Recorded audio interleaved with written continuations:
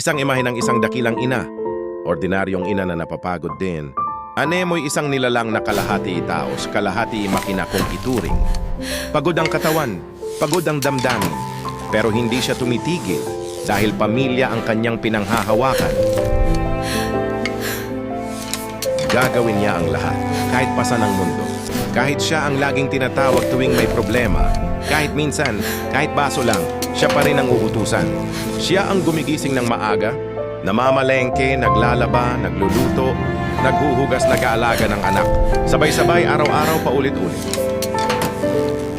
Pero hindi siya umiiyak sa harap ng iba. Sa likod lang daw sa mga oras na walang nakakakita. Siya ang dakilang inang di makina. Pause dramatically. Yung ina na gutom na pero inuuna pa rin kayong kumain. Yung ina na kahit hirap na hinding-hindi kayo iiwan. Tapos medyo may kirot na tono. Kaya tanungin mo ang sarili mo. Sa lahat ng ginagawa ng magulang mo, kumusta ka bilang anak? Habang may oras pa, iparamdam mo na mahalaga sila. Ipakita mo na may halaga ang sakripisyo nila. Malumanay pero matapang. Dahil pag wala na sila, hindi mo na mapapadama na mahal mo sila dahil huli na